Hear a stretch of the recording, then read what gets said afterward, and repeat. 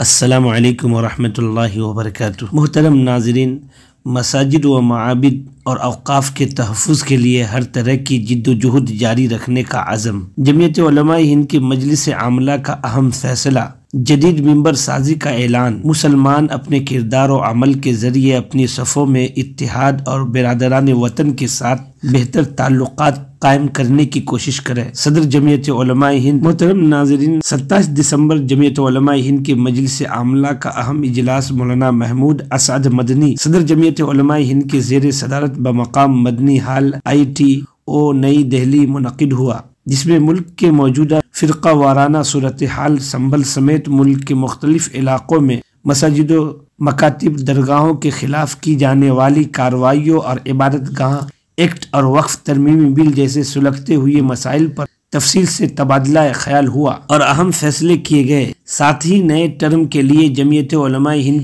جدید ممبر سازی کا بھی اعلان ہوا۔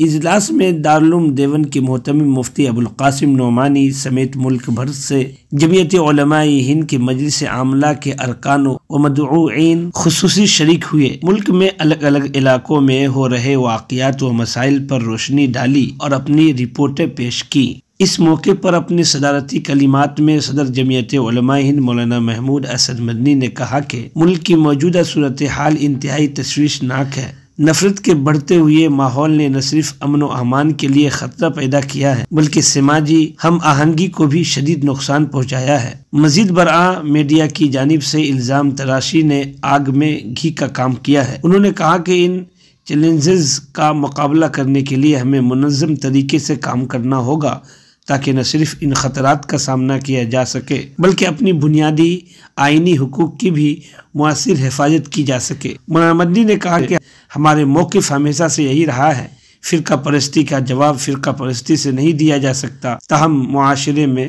پھیلائی جانے والی غلط فہمیوں کا معقول اور مدلل جواب دینا بھی وقت کا اہم ترین تقاضا ہے۔ مولانا مدنی نے کہا کہ امت مسلمہ کو چاہیے کہ وہ اپنے کردار عمل کے ذریعے نہ صرف اپنی صفوں میں اتحاد پیدا کرے بلکہ برادران وطن کے ساتھ بہتر تعلقات قائم کرنے کی کوشش کرے۔ مجلس عاملہ نے ایک اہم فیصلے میں جمعیت علماء ہند کے نئے ٹرم 27/2024 کی ممبر سازی اور انتخابات کا بھی اعلان کیا۔ چنانچہ یہ طے پایا کہ سیکولر جاری ہونے کی تاریخ سے لے کر 1 اپریل 2025 تک ممبر سازی ہوگی۔ 1 اپریل تا 31 مئی 2025 مقامی و ضلعی یونٹوں کا انتخاب ہوگا اور 1 جون تا 30 جون 2025 صوبائی یونٹوں کے انتخابات ہوں گے۔ ان عنوان پر روشنی ڈالتے ہوئے صدر جمعیت علماء ہند مولانا محمود مدنی نے کہا، جمعیت ایک دستوری اور جمہوری جماعت ہے۔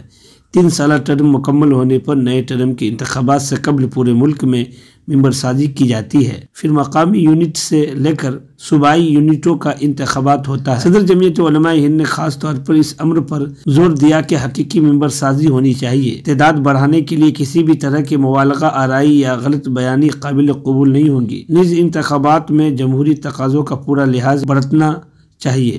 مولانا مدنی نے کہا کہ جمعیت علماء ہند کا ٹرم مکمل ہو چکا ہے۔ گزشتہ ٹرم میں ہماری 6800 مقامی یونٹیں تھی، اس بار پورے ملک میں ممبر زیادہ سے زیادہ یونٹ بنانے کا عزم ہے۔ اجلاس مجلس عاملہ نے جمعیت علماء ہند کے فعالیت اور دائرہ کار میں ترقی کے لیے ایکٹو ممبر کی تعداد بڑھانے پر بھی زور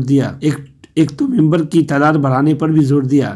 اجلاس مجلس عاملہ نے مختلف احوال کے جائزے کے بعد سنبھل میں پیش آمدہ افسوسناک واقعہ اور ملک کے مختلف علاقوں میں مساجد و مکاتب، درگاہوں کے خلاف کی جانے والی کارروائیوں، عبادت گاہ ایکٹ اور وقف ترمیمی بل پر سخت تشویش کا اظہار کیا اور کہا کہ اس سلسلے میں حکومت کو عدالت میں جلد از جلد مستحکم موقف اختیار کرنا چاہیے، تاکہ ملک میں سنبھل جیسا واقعہ رونما نہ ہو۔ جمعیت علماء ہند ملک میں امن و امان کے تحفظ کی نظر سے اس مسئلے کو دیکھتی ہے، اس لیے عدالت میں بھی اس مسئلے کا پوری قوت سے دفاع کرے گی۔ مجلس عاملہ نے وقف ترمیمی بل پر جمعیت علماء ہند کی طرف سے کی گئی جد و جہد کا جائزہ لیا، اطمینان کا اظہار کیا، نیز سبھی ریاستی یونٹوں کو ہدایت دی کہ اوقاف بالخصوص مساجد کے تحفظ کے لیے جد و جہد تیز کریں۔ مجلس عاملہ نے اپنے فیصلے میں یہ طے کیا کہ ماہ فروری 2025 میں متحدہ قومیت کے عنوان سے ایک اجلاس منعقد کیا جائے گا۔